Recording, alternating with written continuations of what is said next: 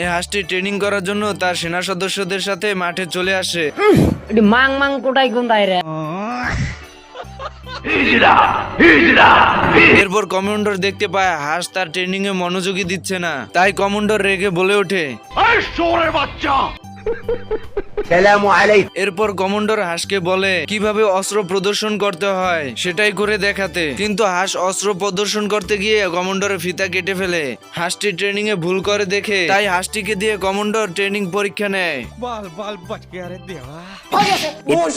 এরপর হাঁসটি কমান্ডারের হাতে মার খেয়ে বলে, কোন নেতা নেতার মারাও হুন্দাই নাই।